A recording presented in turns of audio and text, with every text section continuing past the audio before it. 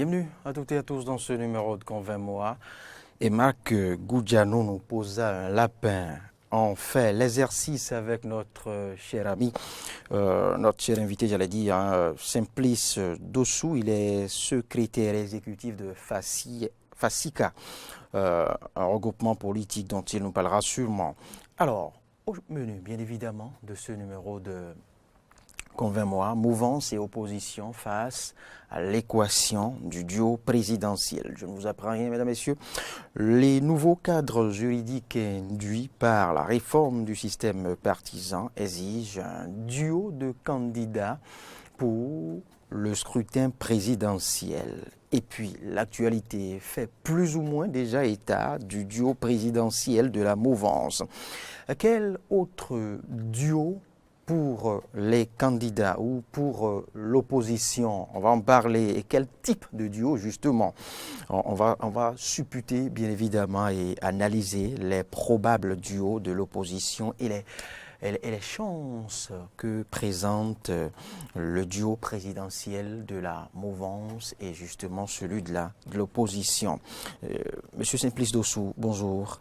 Et bonjour bienvenue. Monsieur le journaliste. Merci d'avoir accepté notre invitation. C'est nous. Alors, vous l'avez suivi, l'actualité ces 72 dernières heures.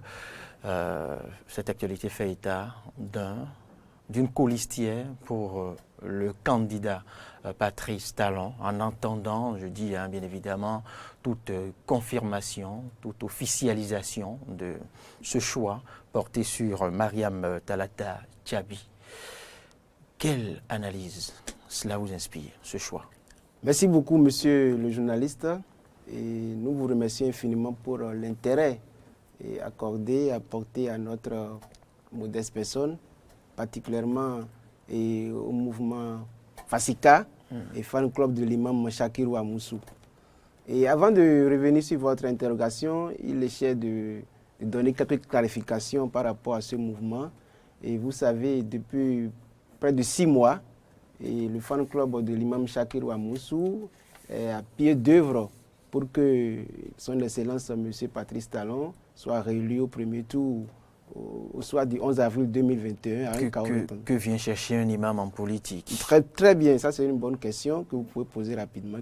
N'est-ce pas un mélange de genres? Pas du tout, ce n'est pas un mélange. Ici, dans ce pays, on a connu en 90 Monseigneur qui a pu relever le défi en politique, pourquoi pas un imam. Qui n'a pas fait la politique. Il n'a pas fait la politique. Qui a recadré, qui a conduit. Effectivement. Qui a suivi des assises sensibles. Effectivement. Et aucune confusion n'est à faire là avec ce n'est pas une confusion ni un mélange. Et c'est à ça que l'éminence imam Shakirou Amoussou est à pied d'œuvre. Et raison pour laquelle, depuis 6 mois, nous sommes en train de m'atteler haut et fort qu'il est cher et il est très important que nous avons de très intéressantes tribunes à vous proposer sur Eden TV. Nous sommes disponibles. Si votre imam est intéressé, il passera au service commercial. Disponible 24 heures sur 24 et des tranches formidables lui seront proposées pour se rendre davantage visible dans le landerneau politique. Merci beaucoup. Alors, revenons maintenant à l'analyse. Revenons à l'analyse. Vous savez, effectivement, les réformes politiques nous ont révélé que nous sommes à une période très sensible. Très sensible parce que en matière des échéances électorales qui s'annoncent, nous aurons droit à un duo présidentiel. Et jusqu'à l'heure actuelle où nous parlons, nous n'avons pas encore une communication officielle venant du gouvernement pour notifier de façon authentique que le duo présidentiel est bouclé. Vous voyez. Donc, FASICA, à l'heure actuelle, nous ne pouvons pas opiner sur des informations qui ne sont pas authentiques. Vous voyez, et aussi encore, nous sommes à une chaîne... C'est de la prudence politique. Pas de la prudence, mais effectivement, nous devons savoir que, oui, nous sommes à une période très sensible. Il ne faut pas diffuser dans l'opinion publique des informations qui ne sont pas crédibles. Et surtout, sur votre chaîne, nous voyons que vous êtes une chaîne très importante et vous dégagez une qualité dont on ne peut pas rester ici pour donner des informations qui ne sont pas fiables. Raison pour laquelle, par rapport à cette question... En attendant l'officialisation, oui. Commençons à analyser les colistiers ou colistières possibles du candidat Patrice Talon. S'il venait à porter son choix sur Mariam Talata, quelles sont ses chances? En fait, si on va encore toujours parler de ce choix, Parce qu'on passera, non, on passera à beaucoup d'autres. Bien on sûr, passera je à beaucoup d'autres ténors. Je sais très bien. C'est Vous juste savez, une analyse. Vous savez, oui, l'analyse... C'est ouvert et c'est permis. Oui, c'est permis. L'analyse devrait être portée essentiellement sur le profil d'abord. Vous voyez, il faudrait que ce duo-là, parce que ce poste est un poste très sensible, très sensible. Et si on n'a pas quelqu'un de confiant, et si on n'a pas une personnalité qui requiert une confiance totale, je vous assure que ce ne serait pas vraiment bien pour ce pays. Vous voyez, nous avons à la tête de ce pays un président dynamique, un président qui est animé vraiment d'une pensée de développement, un président qui aspire confiance, et surtout à la jeunesse. Il faudrait que cette vision soit collée effectivement au poste du vice-président. Si cette vision n'est pas collée au poste du vice-président, ce serait dommage pour le pays. Vous voyez. Donc, il est très important de dire que le choix qui sera fait sur le duo pour le poste de vice-président, il faut que ça soit vraiment un choix très confiant. Un choix qui inspire un rayonnement, un développement pour le pays. Le contraire qui se fera. Je vous convie toujours à l'exercice, même si vous avez continué à éviter habilement l'analyse type sur le profil Marième Talata Tchabi. Alors, si le président venait à apporter son choix sur un personnage tel Pascal Irénée Koupaki comme colistier, comment l'analyserez-vous? Vous savez, ne sommes pas dans le cœur ni dans le secret de Dieu pour confirmer de façon exacte. Non, c'est pas confirmé. En fait, oui, s'il porte un choix, c'est lui qui connaît, c'est le président, c'est seul le président Talon, son excellence. Quel en serait l'impact sur la stratégie politique? Quelle en sera la chance pour le président Talon pour le scrutin d'avril 2021? Très bien. Et son excellence... Il en sera de même pour un Biotchané, par exemple, pour le ministre d'État Biotchané, s'il était colistier. Et si une Rekiat Madougou en venait à être colistière du président Patrice Talon? Bon, sont là des analyses possibles à faire? Les analyses possibles, c'est des gens qui ont des compétences et qui ont démontré leurs compétences dans ce pays. Donc si le président Talon porte un choix sur quelqu'un, ça veut dire que certainement il a la conviction... Ce choix ne serait pas anodin. Vous voyez, s'il porte un choix sur quelqu'un, ça veut dire qu'il a vraiment la conviction et la certitude qu'avec celui-là, le travail sera bien fait. Avec celui-là, la destination sera honorifique. Avec celui-là, le Bénin sera vraiment relevé et révélé par élévation. Vous voyez. Donc, nous ne pouvons pas rester ici maintenant pour dire que oui, telle personne est mieux placée pour son excellence M. Patrice Talon. C'est lui seul qui est capable de dire. Mais on peut quand même analyser en ce sens. Les analyses, oui, on n'en disconvient pas. Simplice Dossou, on peut quand même analyser comme quoi le président Patrice Talon peut-être est un cadre politique de la partie centre ou de la partie sud, eh bien, qu'il convient peut-être de porter le choix sur un autre cadre politique de la partie septentrionale du pays pour l'adhésion, pour l'harmonie. Est-ce que vous voyez, ce sont des analyses types. Des analyses très bien, oui. Par exemple, choisir peut-être un cadre du PRD, quitte à contenter toute la zone ou mes plateaux. Voyez-vous, c'est des analyses types. Si nous faisons cette analyse, c'est que ces analyses seront basées sur l'esprit du régionalisme. Vous voyez, le Bénin est un et indivisible. Quelle que soit la tendance, quelle que soit l'origine, on ne peut pas se dire que oui, parce qu'on a de telles régions, c'est ça qui va donner un poids à ce duo. Là, ce serait vraiment une analyse qui ne serait pas si fondée. Bien vrai, on peut dire que oui, son excellence, M. Patrice Talon, il est du Sud, et penser à dire que oui, il faut forcément un vice-président qui soit du Nord.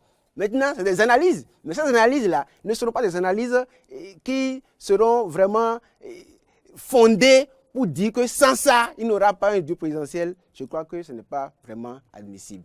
Vous voyez, bien vrai, nous sommes dans un pays de droit et nous savons que, effectivement, qu'il faut le brassage en toute chose. Bien sûr, nous le savons. Mais ne pas être dans cette dynamique pour dire oui, nous allons faire ci de cette manière, je crois que ce serait un peu dommage.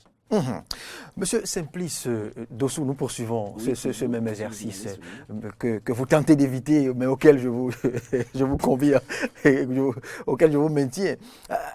Intéressons-nous quelque peu, on va revenir à la mouvance, intéressons-nous quelque peu à l'opposition. en attendant d'installer notre invité en retard qui nous a rejoint.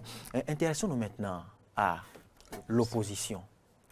Quel candidat type pour l'opposition ou quel duo type pour l'opposition politique au Bénin? Merci beaucoup et je tiens à vous notifier que nous ne sommes pas de l'opposition. Nous ne sommes pas de l'opposition et nous avons une vision très forte et déterminée. Nous avons des objectifs à atteindre parce que nous voyons que ce pays, il serait très bon que la gestion de ce pays soit faite de façon transparente, de façon limpide. Vous voyez? Et l'opposition, lorsqu'on parle d'opposition au Bénin, il faudrait que désormais la génération montante comprenne quelque chose. Il faudrait que désormais, jeunes que nous soyons, que nous sommes, que nous sachions qu'effectivement, nous avons des défis à relever. Quand on est opposant, on n'est pas des ennemis. Quand on est opposant, ne sommes pas des Goliaths, ne sommes pas des gens à détruire le pays. Nous sommes des personnes à construire le pays ensemble. Et comme je ne suis pas dans le couvent des opposants, je ne saurais pas dire qu'il faut tel candidat, il faut tel duo pour représenter l'opposition. Nous sommes là, c'est pour faire le chaos retentissant de son Excellence M. Patrice Talon au soir du 11 avril 2021. Oui. Merci beaucoup. Simplice Dossou, vous avez constaté que la configuration du plateau a été sensiblement modifiée et les retardataires ont toujours tort, dit-on. Et il a eu la chance de perdre une petite partie, quelques minutes de ce riche débat qu'en 20 mois. Et il va finir par nous rejoindre, c'est bien. Mac Goudianou, le directeur de publication, le confrère Mac Goudianou de Info Zénith. Bonjour Mac. Oui, bonjour Loris et bonjour à mon cher binôme. Bonjour mon frère. Comment vous allez? Je décrétais déjà, j'annonçais déjà que vous m'avez posé un lapin. Ben, le lapin est pour quelques minutes alors et il a fini par nous rejoindre. Enfin, avec Mac Goudianou, on a lancé qu'en 20 mois avec Simplice Dossou qui est demeuré un bon politique béninois, un peu trop prudent. Hein?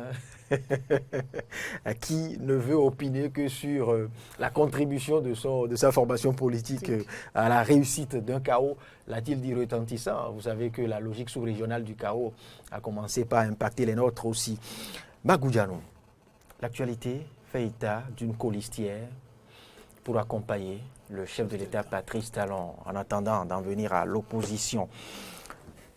Sa colistière, vous le savez, c'est l'actuelle vice-présidente de l'Assemblée nationale. Qu'est-ce qui peut justifier un tel choix? Bon, merci beaucoup, Loris. Et je m'excuse d'abord devant mes chers téléspectateurs d'Eden TV pour le petit retard. Mais je voudrais quand même dire que la seule motivation que l'on trouve qui pourrait justifier ce choix du chef de l'État se retrouve dans le fait que, vous savez, le chef de l'État a autour de lui 2 blocs qui le soutiennent. D'accord, qui font partie de la mouvance présidentielle. Je veux parler de l'Union progressiste et du bloc républicain. Donc, à un moment donné, il fallait il existait une guerre de leadership entre ces deux grands partis. Et cette guerre de leadership faisait état de sorte qu'au niveau de ce poste de vice-présidence, il fallait quand même trouver quelqu'un qui, en tout cas, devait appartenir à l'un ou l'autre des blocs. Alors, il s'est posé un problème de leadership et là, il faut voir dans quelle mesure qui pourra quand même accompagner Patrice Talon, qui pourrait être son colistier ou sa colistière pour ce combat-là. Donc, il a fallu que le chef de l'État, en analysant sûrement la situation et en ne voulant pas forcément blesser les uns et les autres, puisqu'ils font partie de sa mouvance présidentielle, et il faut également, et en abordant surtout le côté de la parité au niveau de la classe politique, où l'on estimait déjà que les femmes n'étaient pas trop représentatives au sein des 2 blocs, d'accord? Et bien avant, même quand on prend la configuration de l'Assemblée nationale, c'est le même problème qui se pose. Alors, le chef de l'État a jugé quand même bon peut-être de pouvoir avoir une colistière pour pouvoir quand même résoudre 2 problèmes. Le problème de guerre de leadership qui se situe au niveau des 2 blocs et également régler le problème de parité que les gens ont toujours soulevé, quitte à ce que la femme aussi participe aussi à la gestion de la cité. Donc autant de, je dirais, de mobiles qui sous-tendent exactement. le choix. Peut-être qu'il aurait encore d'autres mobiles que nous ne pourrons pas mieux apprécier. Peut-être que le chef de l'État, il est la personne la mieux habilitée pour pouvoir comprendre réellement le bien fondé de ce choix. Mais il faut dire que certains sont en train également de pencher un peu vers le côté régional, d'accord, pour pouvoir justifier ce choix également par le fait qu'il fallait quand même choisir quelqu'un qui émane du Nord, étant donné que le chef de l'État est du Sud, pour pouvoir équilibrer alors le jeu de fauteuil au niveau de la présidence.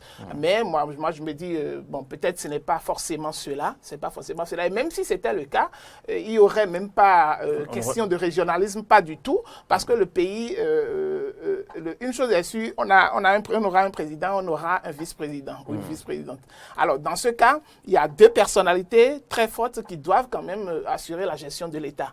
Donc, on ne pourra pas mettre toutes les représentations au niveau de notre échiquier national, de chaque région, au sein de la présidence. On aura choisi seulement que deux. Et puis là quand on sépare réellement le pays en mettant la majorité sud quelque part et en mettant la majorité nord quelque part, je crois que toutes ces tendances sont représentées au sein de la présidence par la présence de Patrice Talon et de Mme Talata. Comment un tel choix peut être accueilli par cet ensemble qui soutient, tout cet ensemble qui soutient le chef de l'État? C'est pourquoi je dis ce choix est très stratégique. Justement, parce que, qu'on le veuille ou pas, le chef de l'État sera obligé de choisir le cadre d'un des grands ensembles politiques qu'il a à ses côtés, soit l'UP, soit le BR. Oui, il ne faut jamais en choisir qui soit des deux. Voilà. Mais de ce point de vue, je crois que le chef de l'État a déjà un peu anticipé sur les choses. Vous voyez, la vice-présidente de l'Assemblée nationale, elle est progressiste. D'accord? Elle est progressiste. Donc, en faisant le choix déjà d'accorder la vice-présidence, d'accord, à l'Union progressive, le chef d'État peut déjà quand même, à loisir, dire « je vais partir maintenant avec les Républicains ». Étant donné que déjà, à mes côtés, j'ai déjà quelqu'un qui est de l'Union progressiste, alors je préfère aller aux élections maintenant avec le bloc républicain pour pouvoir quand même équilibrer, pour ne pas faire trop de frustration. Ce serait quand même un choix aussi. Comme il pourra aussi se démarquer de ces deux grands blocs. Tout dépend de la qualité managériale des dirigeants de chacun des blocs. Parce que s'ils ne s'entendent pas à un moment donné, s'ils n'arrivent pas à avoir la même langue sur certains sujets et que le chef de l'État sent qu'il ne peut pas fonctionner avec eux pour aller aux élections parce que déjà entre eux ils ne s'entendent pas et puis il y a trop de guerre de leadership et que de l'autre côté il se sent plus en sécurité, il va beaucoup plus penser à aller de l'autre côté que d'aller vers ceux qui ne sont pas bien organisés. Il y a une pléiade de probables vice-présidents ou vice-présidentes. Certes, mais face à cette équation, face à ce dilemme, face à cette difficulté de choix, selon vous, Simplice Dossou, quelles peuvent être les alternatives possibles? Parce que vous êtes dans la dynamique que l'information n'est pas encore officielle. Mais quelle peut être, selon vous? Supposons que Mariam Talata n'est même pas... Le choix Mariam Talata n'est pas encore acté. Officiel, oui. Quelles sont les propositions de votre ensemble politique au chef de l'État? Ok, merci beaucoup. Une fois encore, je vous remercie, monsieur le journaliste. Et comme je le disais toujours, ce poste est purement et très sensible. Vous voyez? Parce que, mettez-vous à la place de son Excellence, monsieur Patrice Talon. Dans les réglementations actuelles de notre Constitution, il est écrit que lorsque le président sera empêché, ou lorsqu'il aura des situations qui feront qu'il ne pourra plus exercer la fonction présidentielle, c'est le vice-président qui prend la tête du pays. Vous voyez. Le président de la République, avant d'être élu, a un projet, a une vision pour la nation. Et il s'assure que cette vision sera atteinte à 100% si possible. Et supposons que le vice-président qui est choisi n'est pas dans cette vision, n'est pas dans cette dynamique. Et qu'on ne sait jamais si quelque chose, ou si un cas de force majeure survient. Et que c'est le vice-président qui est maintenant à la tête du pays. Mais dans ce cas, des acteurs politiques comme vous devraient normalement pouvoir faire des recommandations. Très bien. Et raison pour laquelle nous disons que, au sein des FACICA, nous disons qu'il faudrait que cet homme qui est animé, qui est épris d'une vision du rayonnement. Soit le seul à pouvoir choisir. Bien sûr, bien sûr. Non, mais il n'est pas Dieu. Il n'est pas Dieu, effectivement, il n'est pas Dieu. Mais il faudrait qu'il se dise... Il aurait pu se passer de tout un gouvernement et diriger seul. Non, ce n'est pas ça, ce n'est pas ça, ce n'est pas ça, ce n'est pas ça. Nous avons des partis de la mouvance et qui sont en synergie avec lui dans la mission républicaine. Mais qui vous dit que votre pertinente analyse de ce matin ne pourra pas motiver ou influencer son choix? Non, pas. Vous voyez? Mais si. Vous voyez, vous voyez. Bien sûr. Vous savez, je dis, nous disons, nous répétons, et nous martelons haut et fort. Il faut que ce choix-là soit un choix authentique. Et que ce choix soit basé sur des profils bien définis. Et que la confiance totale soit plus que jamais, il faille décliner ces profils. Très bien, c'est ce que nous disons. Quel profil type peut jouer ce rôle? Il faudrait que cette personne, bien le poste, la personne qui va occuper ce poste, soit dans la même dynamique que le président de la République. Oui, mais quand vous lisez le landerneau politique, qui sont-ils? Qui sont ceux-là qui remplissent les conditions de la même dynamique? Il les connaît très bien, plus que nous-mêmes. Quelles sont ces têtes? Très bien. Bon, il y a des informations. Bon, selon moi, je crois qu'il n'y a pas encore, il n'y a pas une problématique à régler déjà à ce niveau-là. D'abord, il faut dire, ceux qui travaillent avec le chef de l'État, d'accord, qu'ils soient du bloc républicain ou progressiste, d'accord, c'est des gens qui ont adhéré à l'idéologie du chef de l'État. Qui partagent l'idéologie du chef de l'État. Donc, du coup, ils sont déjà dans la même dynamique que le chef de l'État. Et ils doivent connaître les grandes lignes du programme d'action du chef de l'État. Et ils veillent toujours, chaque jour, à ce que cela soit réalisé.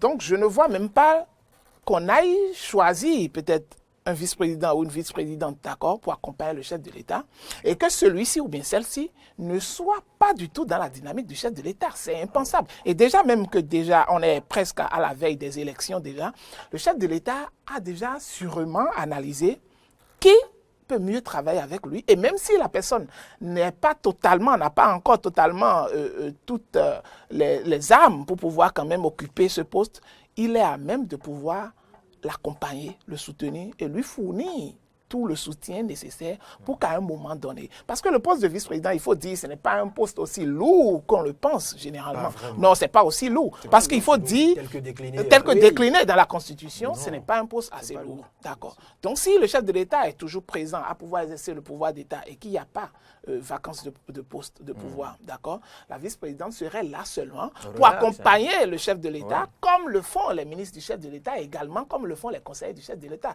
La seule différence est qu'elle aurait plus d'avantages et de pouvoir que tous les autres, à part le chef de l'État. Parce qu'avant, elle ou il serait l'autre président. Exactement, parce qu'avant cela, après le chef de l'État, on renvoyait la deuxième personnalité vers le président de l'Assemblée nationale. D'accord. Mais dans ce cas de figure maintenant, la deuxième personnalité de l'État, c'est la vice-présidente, d'accord, ou le vice-président.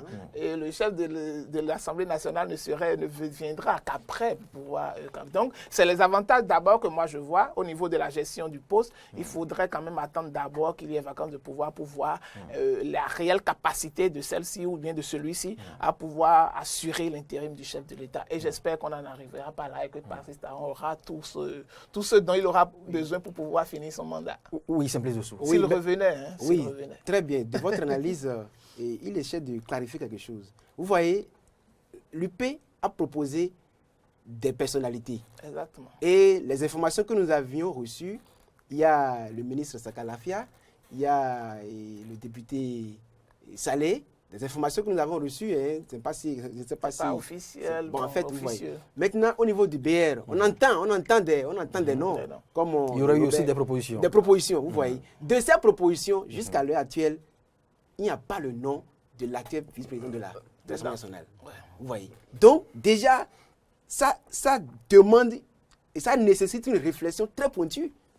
Si de ces propositions, des partis ne figure pas le nom actuel qui circule, jusque là, on n'a pas encore une information officielle, mais de ce nom-là qui circule, il n'y a pas ce nom-là qui soit ressortissant de ces propositions des partis. Donc, oui, mais cela peut se comprendre du moment où j'analyse tout à l'heure. Au fait, notre thématique. Exactement. C'est pour vous dire quoi? C'est pour vous dire que son excellent monsieur Patrice Talon il doit tout faire pour s'assurer que celui qui veut travailler avec lui soit un homme ou bien une femme qui inspire confiance.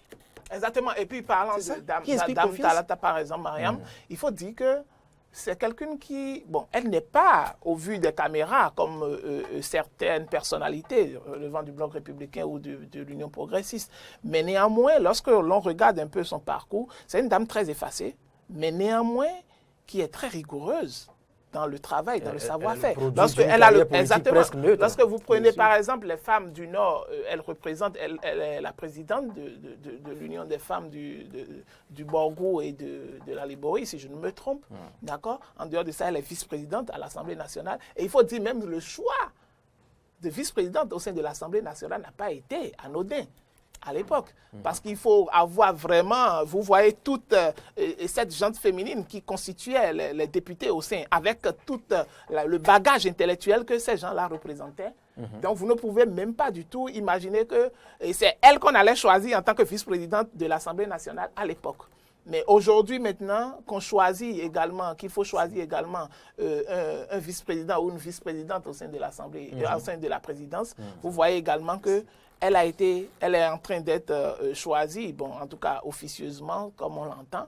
Et là, il faut dire que ça veut dire que c'est quelqu'un qui travaille, qui aime beaucoup travailler, mais qui travaille dans le silence, pas forcément comme tous les autres acteurs politiques. Parce qu'il ne peut avoir un effet anodin qui puisse promouvoir à ce point. Exactement. Il doit avoir forcément des qualités qui militent en sa faveur. Même tel que mon vis-à-vis le dit, même si son nom n'a pas circulé dans le choix, au niveau des 2 blocs, par exemple, on peut, moi, au début, à l'entame son charisme, son travail. Et hormis ça, j'ai dit au début de mes mots ici que ce choix se justifie peut-être par le fait qu'il y a une guerre de leadership entre ceux qui ont été désignés ou que ceux qui ont été proposés par les 2 blocs. Et du moment où il y a déjà des guerres de leadership, cela peut amener le chef de l'État à dire « Ok, bon, j'irai choisir alors quelqu'un à qui on ne s'attend même pas. » Je prends l'exemple comme à Calavi, le maire de Calavi. Personne ne s'attendait à ce que ce choix soit opéré.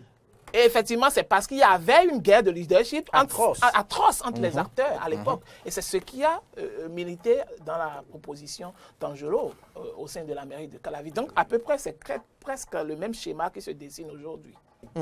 Donc Talata serait venu pour calmer les ardeurs des uns et des autres. Et puis quand c'est la femme, tout le monde laisse carrément.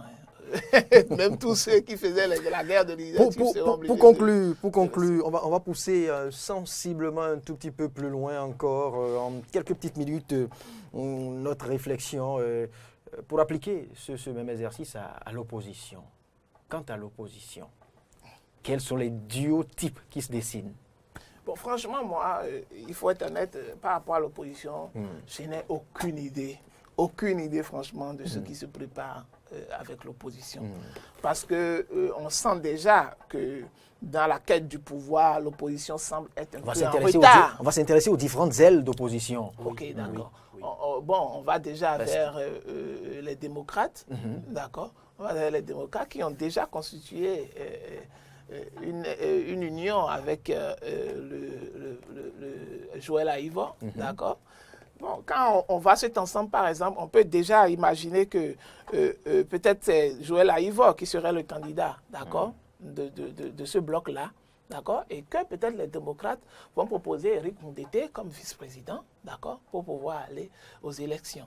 D'accord. Au niveau des forces voilà un duotype. Voilà un duotype. D'accord. Pourquoi qui est probable. Voilà, c'est probable. Et puis quand on va au niveau des forces Corée pour un Bénin émergent, à ce niveau-là, on ne sait pratiquement pas parce que chez eux, il y a vraiment du cafouillage et ils ne s'entendent pas du tout. Ils annoncent la fumée blanche pour demain, comme on a pu le lire à la une d'un quotidien.